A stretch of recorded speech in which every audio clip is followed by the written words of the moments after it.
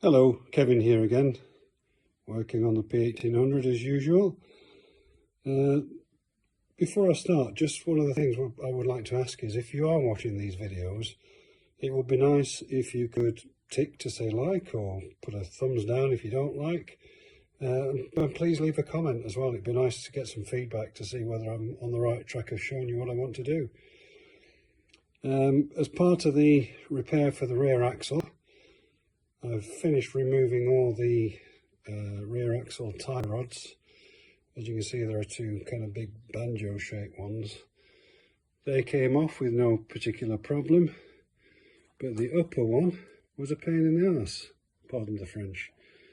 This side fits on the axle, which was easy to get to because it's a nut and a bolt, but this side fits into the chassis with a long bolt, 3/4 head bolt. It bolts into the chassis with a captive nut. One side, this side, which was the near side, passenger side on the UK, the bolt undid and was doing okay, but the problem there was that the bush inside was seized onto the bolt. So in the end I ended up, actually, this is the central ferrule of it, that was seized onto the bolt. So as I was undoing the bolt, it was trying to jack the mounting plate away from the chassis. So in the end I had to be quite drastic with that and cut through the bar itself. That's this one. You can see I had to angle grind and bend the thing away to get to the bush, and then cut through the bush, which I did partially with the angle grinder, then drilled through, and then got through to this thing here, which I then drilled through and sprayed some WD-40 in it, and Bob's your auntie, it came out. And there's the bolt. So the bolt is actually okay. Damaged it a little bit with the drill, but I've ordered a new one anyway. The other side, which was this side, which is the driver's side, again, the axle end came off, no problems. This side, for some reason, the captive nut that's inside the chassis was no longer captive. And there's the offending nut when I got to it, which appears to be just a normal nylock nut. Now, it's captive, or it's supposed to be captive inside the chassis. How did I get to it, you may ask yourselves? Well, unfortunately, it got a little bit drastic, and I will show you what I had to do.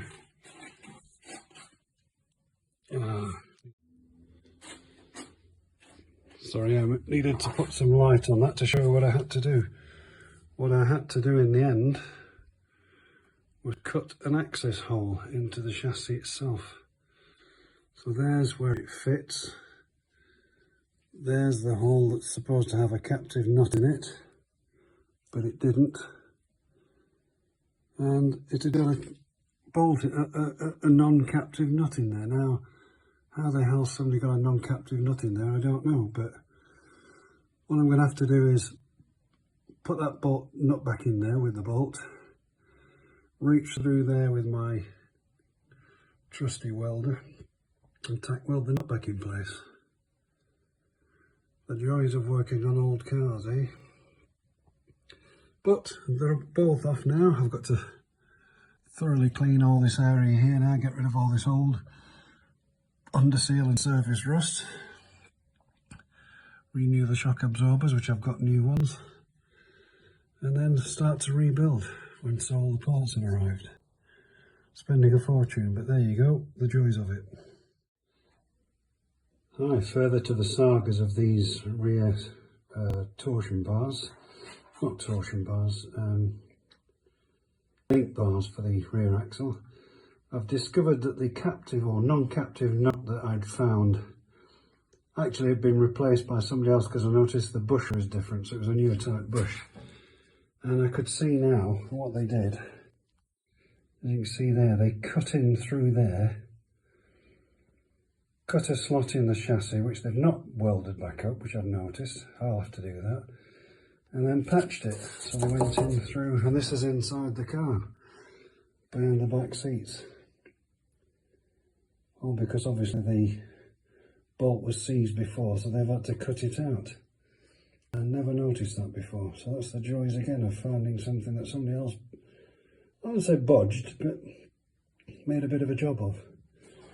While I'm here, these are the top nuts for the shock absorbers, so I'm going to just whip those off while I'm up here, and then back under the car to start refitting it all. Okay, back soon.